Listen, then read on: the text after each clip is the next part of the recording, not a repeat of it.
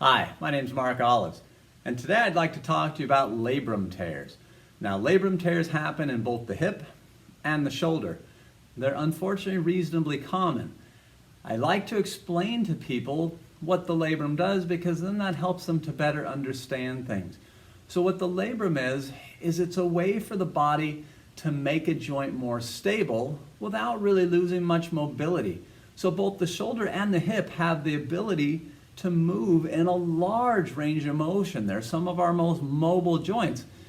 In order for them to be mobile, the body has to give up stability, and especially in the shoulder, it makes the socket very small so that I can execute all these movements.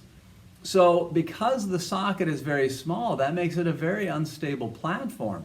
So what the body does is it adds the labrum. And what the labrum is an additional ring of cartilage around that socket. You could think of it like a suction cup that's poking out on the side or on the front of the socket. So now when I've got that suction cup hooking into the ball of either the arm bone or the leg bone here, it's going to suck it in there. So just as a simple rubber suction cup can be pressed to a window and you can't pull it off, well, that's what happens in the joint. I've got this tremendous force pulling this thing into the socket, and that really helps me to provide stability.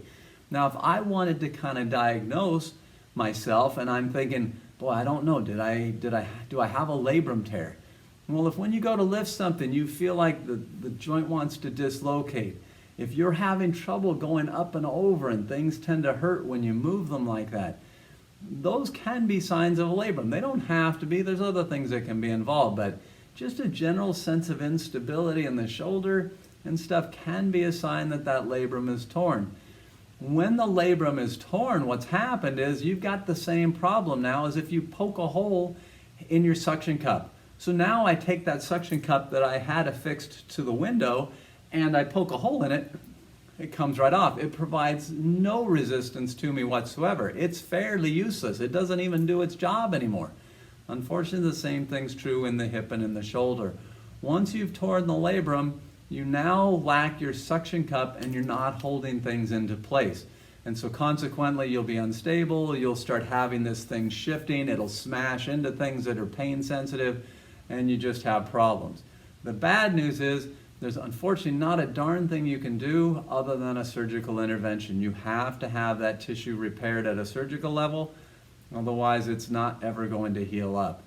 So I hope this helps to clear up some concepts about the labrum, and I hope you don't have one, but if you do, now you have a little better idea of what's going on and what you might need to do about it. I hope this helps. Thanks.